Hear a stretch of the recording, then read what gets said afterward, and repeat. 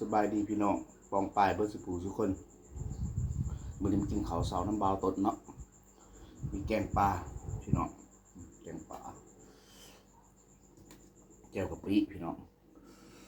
แจ่วกะปิแจ่วบกกอกนะพี่น้องเนาะกับส้มปลาส้มปลาตองแล้วมาแตงกับผักเผ็ดนะ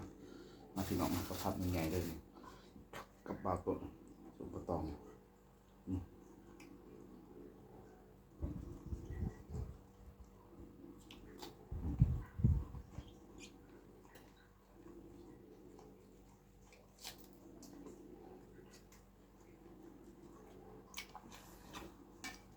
พี่น้อง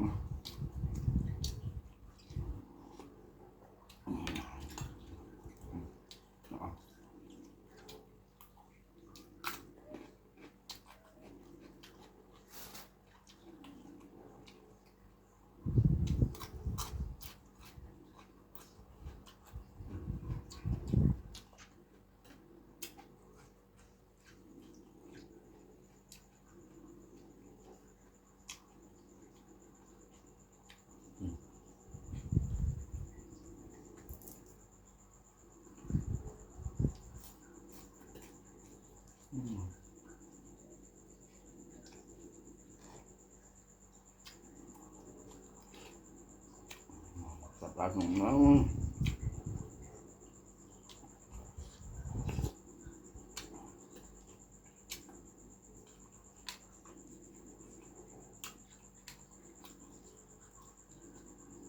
ส้มปลาตองมัตบะแม่ขัดเองละ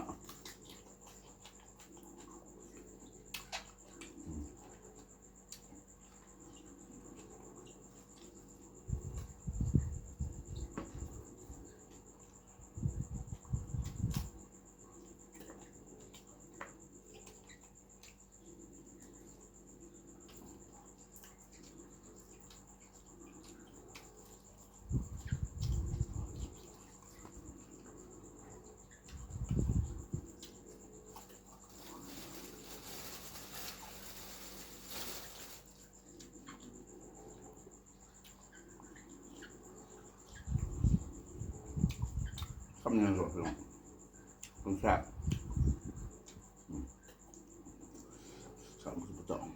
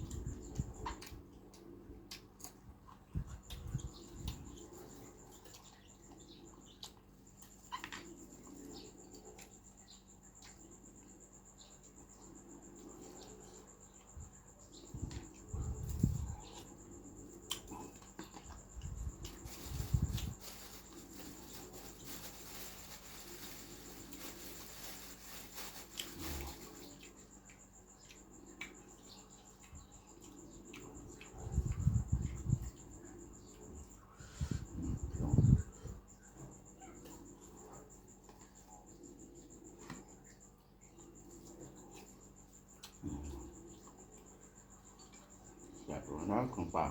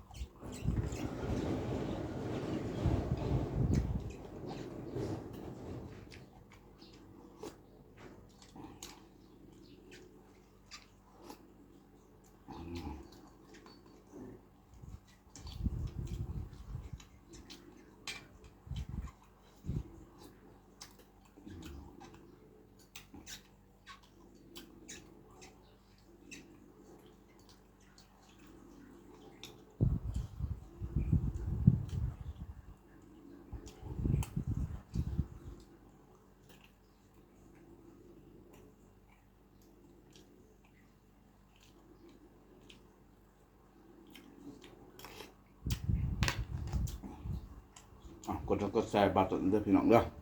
ทำสองยูทูบบาตนพากินภาษาลาวเด้อพี่น้องเด้อ